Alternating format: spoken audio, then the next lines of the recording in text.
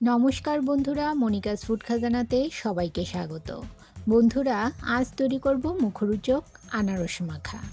এখন বাজারে প্রচুর আনারস পাওয়া যাচ্ছে। আনারস রসালো ও তৃপ্তিকর সুস্বাদু একটি ফল, আর এর পুষ্টিগুণও রয়েছে প্রচুর।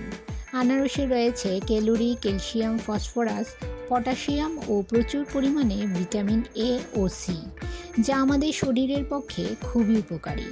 এই সুস্বাদু ফলটি যদি একটু মুখরোচকভাবে তৈরি করে খাওয়া যায় তাহলে মন্দ কী।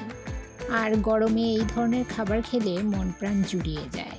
তাহলে বন্ধুরা, আর দেরি না করে চলুন শুরু করছি আজকের রেসিপি। আমি এখানে একটা মিডিয়াম সাইজের আনারস নিয়েছি। আনারসের উপরের পাতাটা ফেলে দিয়ে খোসা ছাড়িয়ে নেব। আনারসের খোসা ছাড়িয়ে নিয়ে একটা ছুরি দিয়ে আনারসটাকে মাঝ বরাবর কেটে তারপর 4 ফালি করে নেব। মাঝখানে যে শক্ত অংশটা আছে সেটা কেটে বাদ দিয়ে দেব।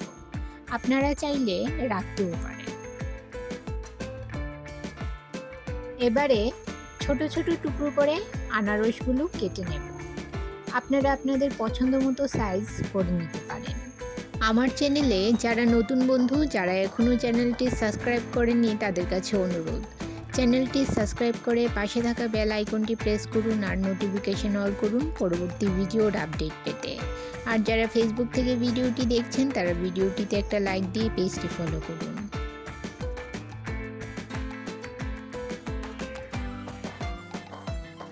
আনারসগুলো কেটে একটা বাটিতে নিয়ে নিলাম। এতে দিয়ে দেব হাফ চামচ বিট নুন। একটা ছোট চামচ নিয়েছি, সেই চামচে হাফ চামচ বিট নুন দিয়ে দিলাম। আর দিয়ে দিলাম সামান্য রেগুলার সল্ট, সামান্য চাট মশলা দিয়ে দিলাম। আর দিলাম আমচুর পাউডার, কাঁচা লঙ্কা কুচি, লাল লঙ্কার গুঁড়ো দিয়ে দিলাম। আর দিয়ে দিলাম সামান্য আচারের মশলা। আপনারা চাইলে আচারের মশলার পরিবর্তে কাসুন্দি ব্যবহার করতে পারেন। আমি আচারের মশলাটা দিয়েই মেখে নিচ্ছি। সমস্ত কিছু একসাথে খুব ভালো করে মিশিয়ে নেব। বন্ধুরা, যারা আমার চ্যানেলটি সাবস্ক্রাইব করে আমার পাশে আছেন আর ভিডিওটি প্রথম থেকে শেষ পর্যন্ত ফুল ওয়াচ করছেন, তাদেরকে অসংখ্য ধন্যবাদ। আর যারা নতুন বন্ধু, অবশ্যই 24 ঘন্টা অপেক্ষা করবেন। 24 ঘন্টা পর আমি আসবো আপনার চ্যানেলটি ভিজিট করে আপনার পরিবারের সদস্য হওয়ার জন্য। বন্ধুরা, এই আনারস মাখাটা এতটা মুখরোচক ও সুস্বাদু হয়েছিল যে মনে হচ্ছিল আরও একটু খেলে ভালো হতো। রেসিপিটি কেমন লাগলো কমেন্ট করে জানাবেন। আর ভালো লাগলে অবশ্যই একটা লাইক করবেন। আপনার একটা লাইক পৌঁছে দিতে পারে আমার রেসিপি আরও বহু মানুষের কাছে। তাহলে বন্ধুরা, আজ এই পর্যন্তই। আবার দেখা হবে আরেকটি নতুন ভিডিওতে।